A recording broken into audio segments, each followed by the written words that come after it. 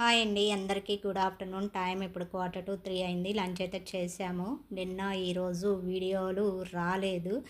అంటే రెగ్యులర్గా వాచ్ చేసే వాళ్ళైతే కొంచెం డిసప్పాయింట్ అయ్యారని అనుకుంటున్నాను. కాకపోతే దానికి రీజన్ అయితే ఉంది. నిన్న అక్క వాళ్ళ ఇంటికైతే వెళ్ళాను.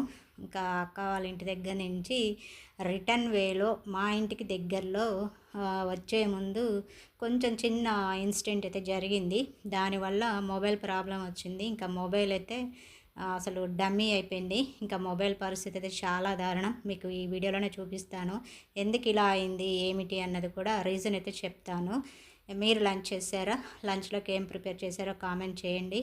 ఇంకా నా వీడియోస్ రాలేదు కదా 2 డేస్ నుంచి, కొంచెం డిసప్పాయింట్ అయ్యాను నేను కూడా. అంటే డైలీ వ్లాగ్స్ అయితే 1కి అప్లోడ్ చేస్తాను కదా. ఇంకా నా వీడియోస్ అన్నీ కూడా ఆ మొబైల్లోనే ఉండిపోయాయి. అక్క వాళ్ళ ఇంటికి వెళ్ళినప్పుడు వీడియో షూట్ చేశాను, కొంచెం అక్కడ కుకింగ్ చేశాను. అవి కూడా ఆ వీడియోస్ అన్నీ కూడా ఇంకా మొబైల్లోనే ఉండిపోయాయి. కాకపోతే ఏంటంటే ఆ మొబైల్ డమ్మీ అయిపోయింది. ఇంకా అందులో సిమ్ తీసి మా నాని మొబైల్లో వేశాడు. ఇంకా కైన్ మాస్టర్ అని, వైటీ స్టూడియో అని అన్నీ కూడా ఇన్స్టాల్ అయితే చేశాడు. ఇంకా మా చిన్ను ఈరోజు మార్నింగ్ మా నాని మొబైల్ తీసుకొని ఇంకా అందులో అన్నీ ఇన్స్టాల్ చేసి నాకు ఇచ్చాడు. ఇంకా వీడియో షూట్ చేసుకోవచ్చు మమ్మీ, డోంట్ వరీ అని చెప్పి ఇచ్చాడు. ఇంకా ఇప్పుడు వీడియో స్టార్ట్ అయితే చేశాను. అంటే లంచ్ చేసి వచ్చిన తర్వాత సరే ఎందుకు వీడియోస్ రావట్లేదు, దాని రీజన్ ఏంటి అని చెప్పడం కోసమని వీడియో షూట్ అయితే చేశాను. ఇంకా రేపటి నుంచి అయితే కంపల్సరీ డైలీ వ్లాగ్స్ అయితే 1కి అప్లోడ్ చేస్తాను. రెగ్యులర్ ఫాలోవర్స్ కానీ, నెక్స్ట్ సబ్స్క్రైబర్స్, ఇంకా కొత్తగా చూసే వాళ్ళు ఎవరైనా కూడా నా ఛానల్ని సపోర్ట్ చేయండి. నేను మరికొన్ని వీడియోస్ చేయడానికి ఏంటంటే నాకు ఇంట్రెస్ట్గా ఉంటుంది. నా వీడియోస్ నచ్చితే లైక్ చేయండి, కామెంట్ చేయండి, షేర్ చేయండి. మీ ఫ్రెండ్స్కి, రిలేటివ్స్కి కంపల్సరీ షేర్ అయితే చేయండి. ఇంకా నా మొబైల్ పరిస్థితి అయితే ఇలా ఉంది. చూశారు కదా, మొత్తం గ్లాస్ కూడా క్రాక్స్ ఇచ్చింది. ఇంకా ఈ మొబైల్ ఎందుకు పనికిరాదు, డస్ట్బిన్లో వేయడమే. దీనిలో సిమ్ తీసి ఇంకా మా నాని మొబైల్ అయితే మా చిన్ను వేసి అన్నీ ఇన్స్టాల్ చేసి నాకు ఇచ్చాడు. పైన గొరిల్లా గ్లాస్ కూడా ఊడొచ్చేసింది. ఇంకా ఇది పరిస్థితి. ఇట్లా పట్టుకున్నా కూడా మొత్తం ఇంకా గాజు ముక్కలు ఉంటాయి కదా పైన స్క్రీను, టచ్ స్క్రీన్ మొత్తం కూడా బ్రేక్ అయింది. ఇంకా అట్లా టచ్ చేసినా కూడా ఆ చిన్న చిన్న పీసెస్ కూడా ఇంకా ఏంటంటే వేళ్ళకి అంటుకుంటున్నాయి. అందుకే భయం వేసి ఇంకా పట్టుకోవడానికి కూడా కొంచెం భయంగానే అనిపించింది. ఇంకా అంత చూపిస్తున్నాను.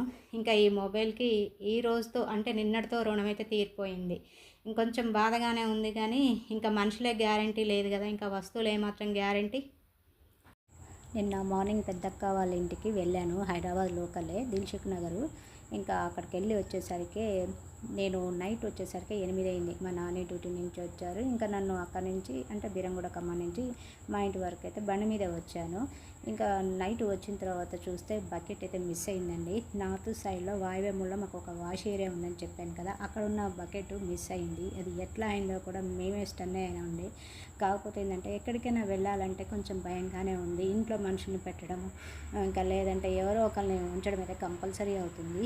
అయితే మా నాని ఒకసారి జనవరిలో 17th 19th శబరిమలై, బెంగళూరు అట్లా వెళ్ళారు. వెళ్ళి వచ్చిన తర్వాత 2-3 రోజులు కరెక్ట్గానండి మా బెడ్రూమ్ విండో ఉంది కదా, విండో పక్కన సందు ఉంటుంది. ఆ సందులో మిడ్నైట్ 1:45 అయింది. దొంగ దూకి గోడ మించి ధడేలమైన సౌండ్ వచ్చిందనమాట. అంటే దూకినప్పుడు సౌండ్ వస్తుంది కదా, ఆ సౌండ్కి ఇంకా భయపడి నేను ఎమ్మటే మా నాన్నని లేపితే మా నాన్న లేచి పెద్ద పెద్దగా అరిచాడు. మా నాన్నతో పాటు నేను కూడా అరిచాను. ఇంకా వెంటనే పారిపోయాడు. అయితే ఆ టైంలో డోర్లు తీయడం సేఫ్ కాదనిపించి ఇంకా డోర్లు అయితే తీయలేదండి. ఎందుకంటే మిడ్నైట్ 1:45 అయింది. ఇంకా ఏదైనా మన మీద అటాక్ చేస్తారన్న భయంతో మేమైతే డోర్లు అయితే ఓపెన్ చేయలేదు. గట్టిగా అరిచాము. ఇంకా వెళ్ళిపోయాడు. నెక్స్ట్ డే కాలనీలో అందరికైతే చెప్పాము. ఇంకా మేము ఈరోజు ఏంటంటే ఇంకా అక్క వాళ్ళ ఇంటికి వెళ్ళి వచ్చేసరికి బకెట్ మిస్ అయింది. ఇంకా డే టైంలోనే ఇట్లా అయితే ఇంకా నైట్ టైంలో ఎలా ఉంటుందనేసి ఇంకా సీసీ కెమెరా తీసుకొద్దామని ఇంకా షాప్కి అయితే వెళ్తున్నాము. ఇంకా ఫిక్స్ అయిపోయాయి అనమాట. కాకపోతే ఏంటంటే ఇప్పుడు కొనే సిచ్యువేషన్ అయితే కాదండి. ఇంకా ఏంటంటే తప్పట్లేదు.